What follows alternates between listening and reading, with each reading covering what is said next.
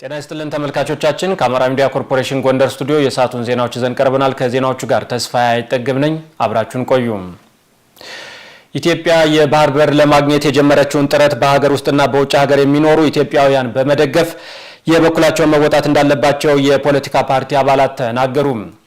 ኢትዮጵያ በታሪክ በሕግና በመሬት አቀማመጥ ከባህር በር ጋር የተቆራኘች በመሆኗ ተገቢውን ጥቅም ማግኘት እንደሚገባት የፖለቲካ ፓርቲ አባላቱ ጠቅሰዋል። አገኘው አባው በትንታኔ ተመልክቶታል። ኢትዮጵያ የምትገኝበት የመሬት አቀማመጥና ያሳለፈቻቸው ታሪኮቿ ከባህር በር ጋር የተቆራኙና የተዋሃዱ ለመሆናቸው ምስክር አያሻትም። የትናንት መልኳ በግልጽ ያሳያል። የሀገሪቱ የካርታ መስመሮች ይህን ያመለክታሉ። ይሁን እንጂ ባለፉት 3 አስርት ዓመታት ኢትዮጵያ ከባህር በር ርቃና ተገላ ቆይታለች። ይህ ደግሞ የንግድ እንቅስቃሴውን ከመግታት ባሻገር በአገር ላይ የደህንነት ስጋትንም ያስከትላል። የወደብ ቀረጥ የምንዘረፈውን ገበሬው በማዳበሪያው በነዳጁ የምንዘረፈውን በሸቀጣ ሸቀጥ የምንዘረፈውን አጠቃላይ በገቢና ወጪ ዕቃዎች ላይ የምንዘረፈውን እሱም ብታስበው ያሳብዳል። የሀገሪቱ የኢኮኖሚ ውጤታችን 20% በባህር በር በወደብ ኪራይ ይገፈገፋል። ልብ አድርግ፣ እስከ ነዳጅ ማጣሪያ ድረስ አሰብ ሪፋይነሪ ተብሎ የሚታወቅ ሀብታችን ተነጥቆ ማለት ነው። የባህር በር ማለት የአንድ ሀገር የህልውና መሰረት ነው። ባህር በር የሌላት ሀገር ሚስጥር የላትም። እያንዳንዱ ሀገር ከውጭ ለምሳሌ የተለያዩ የጦር መሳሪያዎችን ያስገባል። ያንን ማድረግ የሚችለው ግን የባህር በር የራሱ ሲኖረው ነው። የዓለም ባንክና የተባበሩት መንግስታት ድርጅት መረጃ እንደሚያሳየው ከ80 በመቶ በላይ የዓለም ሸቀጦች የሚዘዋወሩት በባህር ላይ ነው። ባህሩን ከሚጎራበቱት ሀገራት ባሻገር ከአካባቢው ርቀው በሌሎች አህጉራት የሚገኙ ሀገራትም ሳይቀር ጥቅማቸውን ለማስከበር በቀጥታም ሆነ በተዘዋዋሪ በአካባቢው ይገኛሉ። ባህሩን ለወታደራዊ እንቅስቃሴያቸውም ስልታዊ መስመር ማድረጋቸው የተደበቀ ሚስጥር አይደለም። እኛስ የነበረንን ያጣን ከባህር ጋር ለመገናኘት ህልማችን የጋራ መዳረሻችን በአብሮነት ሊሆን ይገባል። ትናንትን ተወው፣ ለምን ዛሬ የምንነጠቀው? እሺ ትናንት አልገባንም። ትናንት የተደራጁ ነጠቁን። ዛሬ መታገል አለበት፣ ህዝቡ መንቃት አለበት። ተዋርዶ መቀጠል የለበትም። ነገ የልጅ ልጁ እዳውን ይከፍለዋል። ዛሬ ማቆም አለብን።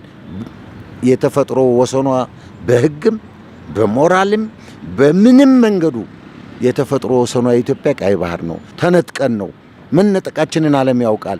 ያንን የሚያስከብር ግን ህዝብ ነው።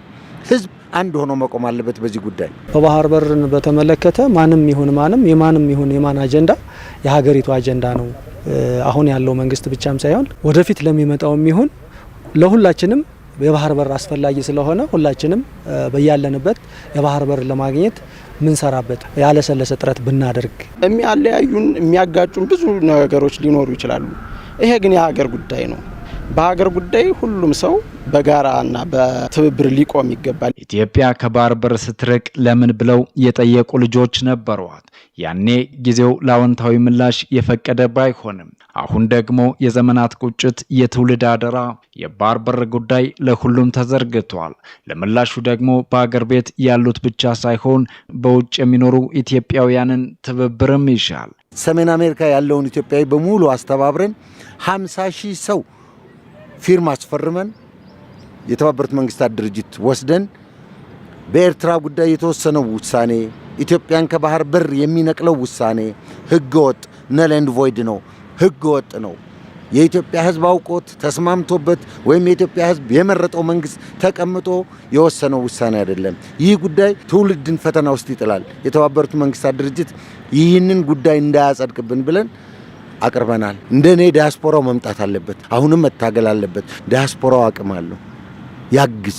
ማንኛውም በውጭ ያለ አካል ኢትዮጵያዊ የሆነ ሁሉ እያየነውም ስለሆነ ምናልባት የኢትዮጵያ ጠላት ካልሆነ በስተቀር ለኢትዮጵያ የባህር በር እንቅፋት ሊሆን ይችላል የሚል እምነቱም የለኝም።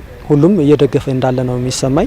የባህር በር ለኢትዮጵያ የንግድ መግቢያና መውጫ በር ብቻ ሳይሆን የደህንነትም እስትንፋስ ጭምር ነው። 130 ሚሊዮን የሚገመት ህዝብ እያደገ ከመጣው ኢኮኖሚ ጋር ተዳምሮ ያለ ባህር በር መኖር ከመጪው ተለዋዋጭ ዓለም ራስን አርቆና ኮድኩዶ ማስቀመጥ ነው። ለዚህ ደግሞ የባህር በር ማግኘት የትውልዱ ኃላፊነትም ግዴታም ሆኖ ለታሪክ ተቀምጧል።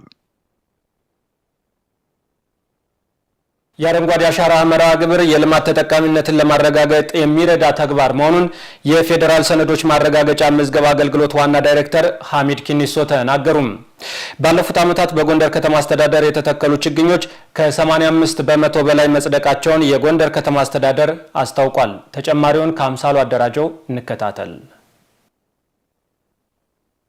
በጎንደር ከተማ አስተዳደር ባዘዞ ሁለተኛ ደረጃ ትምህርት ቤት የፌዴራል ከፍተኛ የሥራ ኃላፊዎችና የከተማው አመራሮች በተገኙበት የችግኝ ተከላ መርሃ ግብር ተከናውኗል። ኢኮኖሚያዊ ጠቀሜታ የሚያስገኙ የማንጎ፣ አቮካዶና ቡና ችግኞች ናቸው የተተከሉት። ችግኞችን በሁሉም አካባቢ በመትከል ሀገራችን አረንጓዴና ልብስ የሚለውን መርህ የተገበርን ነው ሲሉ በተከላው ላይ የተገኙት የፌዴራል የሰነዶች ማረጋገጫ ምዝገባ አገልግሎት ዋና ዳይሬክተር አቶ ሐሚድ ኪኒሶ ገልጸዋል። ከአዲስ አበባ ተነስተን እዚህ ስንመጣ ወንድማማችነትን ለማሳየት አብሮነትን አንድነትን ለማሳየት ነው ወደ ከተማችን ወደ ህዝባችን የመጣ ነውና ይሄ በሁሉም ቦታ ችግኝ እንግዲህ ሲተከል ኢትዮጵያን በአረንጓዴ እናልብስ የሚለውን ያሳካን የምንገኝ ይሆናልና ለምግብ ዋስትና የሚሆን መትከላችን ደግሞ በምግብ ራስን መቻል የሚለውን የምናሳካ ስለሆነ ፍሬያማ የሆኑ ፍራፍሬዎች ሌሎች ለምግብ ጭምር የሚሆኑትን መትከላችን በጣም ውጤታማ ያደርገናል ማለት ነው። ህብረተሰቡን በማሳተፍ የአረንጓዴ አሻራ መርሃ ግብርን በየዓመቱ ተግባራዊ ያደረግን ቀጥለናል ያሉት የጎንደር ከተማ አስተዳደር ተቀዳሚ ምክትል ከንቲባ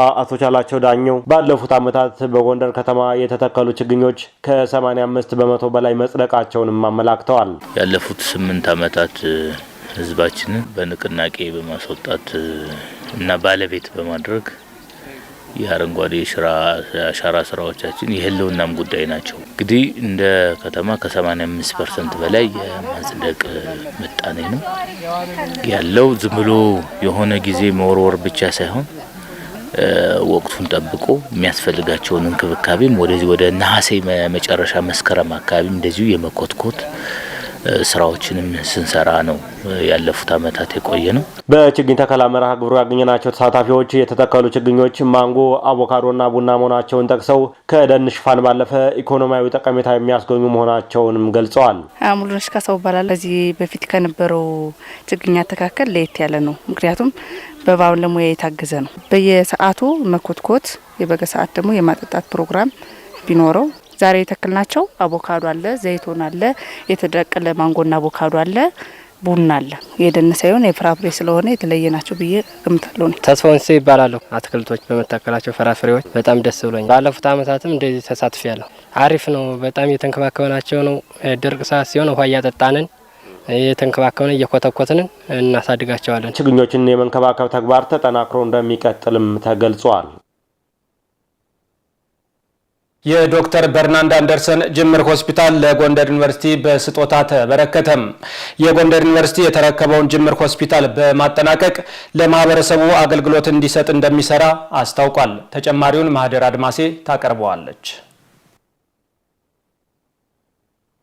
ዶክተር በርናንድ አንደርሰን በህይወት እያሉ በሕክምና ጦት የሚንገላቱ በአነስተኛ የኑሮ ደረጃ የሚገኙ ግለሰቦችን ለመርዳት ከነበራቸው ጽኑ ፍላጎት መሰረት በጎንደር ከተማ ህሙማን ፈውስ የሚያገኙበት ሆስፒታል በማስገንባት ላይ ያሉ ነበር ከዚህ ዓለም በሞት የተለዩት። ግለሰቡ ህዝቡን ለማገልገል በነበራቸው ጽኑ ፍላጎት መሰረት የጀመሩት ሆስፒታል ለህዝብ መገልገያ እንዲሆን ለባለቤታቸው ለሲስተር ማዋይሽ ገሪማ በሰጡት ኑዛዜ መሰረትም ውጥን ህልማቸው ለጎንደር ዩኒቨርሲቲ ተበርክቷል። ዩኒቨርሲቲው ሰዎችን በጎራይ ተግባራው እንደሚያደርገው በመተማመን አደራውን ያስረከቡ መሆናቸውንም የለጋሾቹ የቅርብ ወዳጅ የሆኑት ወይዘሮ ትህትና እዘዘው ተናግረዋል። በሕክምና ጦት የሚንገላቱ አነስተኛ የህብረተሰብ ክፍሎችን ለማገዝ ሆስፒታል ከፍተው ይህንን አገልግሎት ለመስጠት እንቅስቃሴ ላይ ነበሩ። በመሀል ዶክተር በማረፋቸው ምክንያት ሲስተር ማዋይሽ ያንንም ማስቀጠል ስላልቻለች ዩኒቨርሲቲው ይህንን አደራ ተቀብሎ ታካሚዎች ሕክምና እንዲያገኙ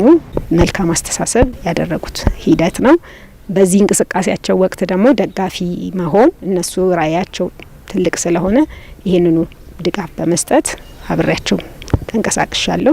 ግለሰቡ በህይወት እያሉ በጎንደር ዩኒቨርሲቲ አጠቃላይ ስፔሻላይዝድ ሆስፒታል የነጻ አገልግሎት ይሰጡ እንደነበር የነገሩን የዶክተር በርናንድና የሲስተር ማዋይሽ የኑዛዜ እንደራሲ አቶ ዳዊት ደርበው ስጦታው ለታለመለት ዓላማ እንዲውል ለማድረግ ከጎንደር ዩኒቨርሲቲ ጋር ውል መፈራረማቸውን አንስተዋል።